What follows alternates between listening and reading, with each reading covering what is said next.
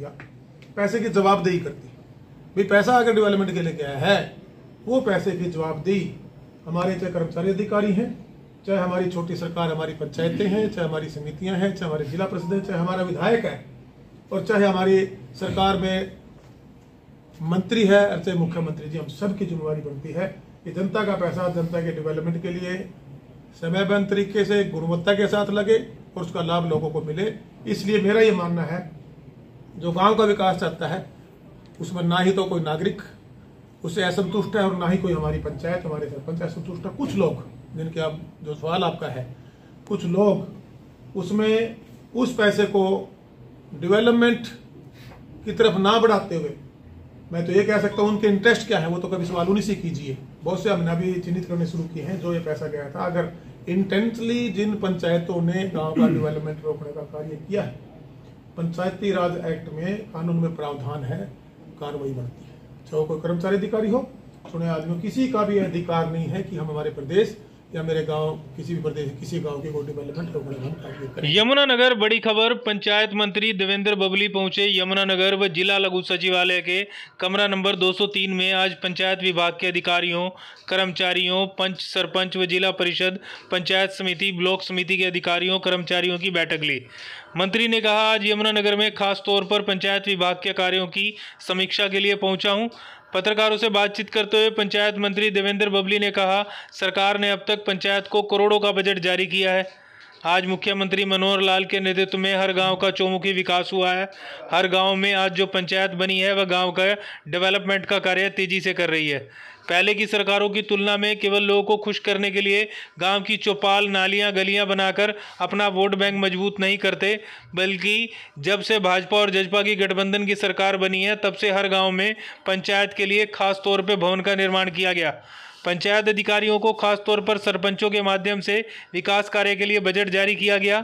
केंद्र सरकार व हरियाणा सरकार के द्वारा भी हर गांव को 1-1 करोड़ का बजट जारी किया गया था ताकि सरपंच अपने गांव का विकास कार्य करवा सकें। आप देखेंगे हर गांव का विकास हुआ है, चाहे वह सड़कें हो, गलियां हो, चौपाल हो, और भाजपा के नेतृत्व में हर गांव में पार्क व लोगों के स्वास्थ्य संबंधी अनेकों सुविधाएं भी उपलब्ध करवा गई हैं ताकि लोग शहरों की अपेक्षा गांव में ज़्यादा संतुष्ट रहें। उन्होंने भाजपा सरकार के नेतृत्व में हर गांव में व्यायामशाला, पार्क, लोगों के लिए अनेकों सुविधाएं के बारे में जानकारी दी। उन्होंने कहा, गांव से जो सुविधाएं कोसों दूर थी आज वो गांव में उपलब्ध हैं। भाजपा और जजपा के मजबूत गठबंधन की बदौलत हरियाणा प्रदेश के हर क्षेत्र का विकास हुआ है। पंचायत के द्वारा ही महिलाओं व पुरुषों को रोजगार मिला है, बेरोजगारी की समस्या हल हुई है।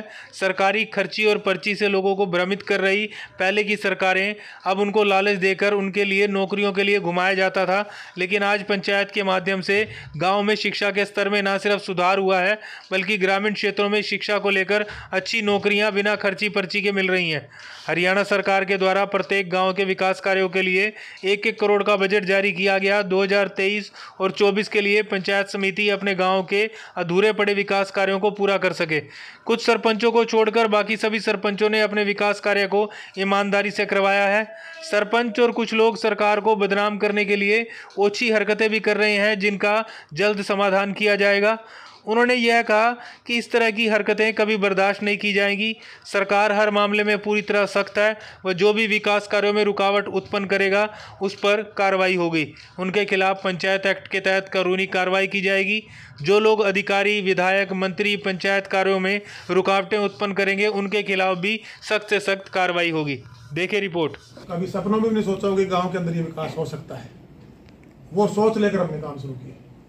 सिर्फ वोट मैनेजमेंट का पैसा मैं कह सकता हूं कि आज हमारी जो गठबंधन की सरकार है, इससे पहले जो सरकारें रही, मैं बिल्कुल उनको कभी भी डिबेट में बिठा लीजिएगा आप जो उस टाइम में रहे हों, सिर्फ और पैसा गली नाली और चौपालों के लिए, एक किस्म से कहूँगा वोट मैनेजमेंट के लिए पैसा दिया जाता था, उनको खुश करने के लिए पैसा दिया जाता था। एक व्यवस्थित तरीके से कह सकता हूँ कि काम का, मान लीजिए मैं उदाहरण देना चाहूँगा, कोई हमारी बाबा भीमराव अम्बेडकर के कोई चौपाल बननी है, भवन बनना है, उसके लिए 5 लाख 7 लाख दे दिया, कोई उसका एस्टिमेट नहीं होता था।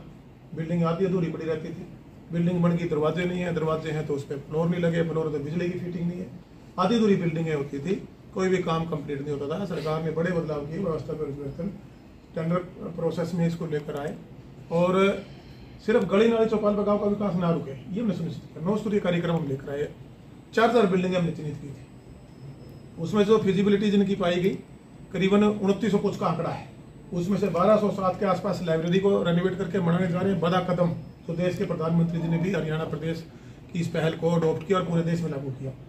इंडोर जिम जिसके लिए शहरों की तरफ लोग भागते थे, उन बिल्डिंगों को रेनोवेट करके उसके अंदर हम ले जाना जा रहे हैं।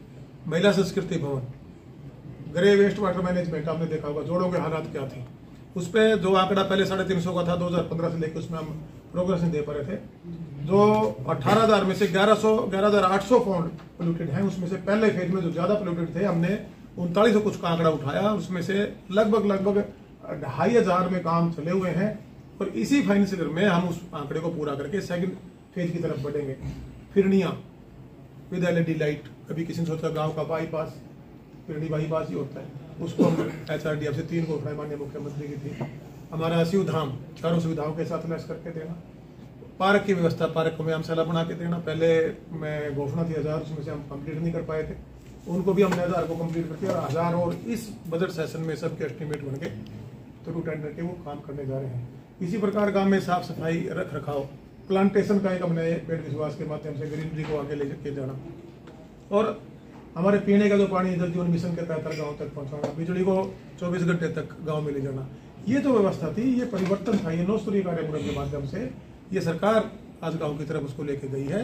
आज से पहली सरकारों ने नहीं सोचा था। आप देखिएगा सारा का सारा पहले बिचौलियों के थ्रू काम होते थे। मिनिस्टर कभी जिलों में आपने देखा था रैलियां करने आते थे, कभी अधिकारियों के साथ मीटिंग, मुझे लगता नहीं, शायद अगर मैं गलत नहीं हो तो कभी उन्होंने आके जिला लेवल में बैठ के अपने ग्राम सचिव और जेई तक को बुला के मीटिंगें की होंगी, या अपने चुने हुए लोगों के साथ, हमारे जो जिला परिषद के चेयरमैन है, हमारे सरपंच प्रतिनिधि हैं, हमारे ब्लॉक समिति के लोग हैं, उनको बीच में बिठाया होगा। देखिए कि परिवार बहुत बड़ा है और आपसी कोऑर्डिनेशन के बिना जो संपूर्ण विकास है हम उसके बारे में सोच भी नहीं सकते। संपूर्ण विकास तब होगा तब ये पूरा परिवार एक सोच के साथ अपने गांव को आगे बढ़ाएगा।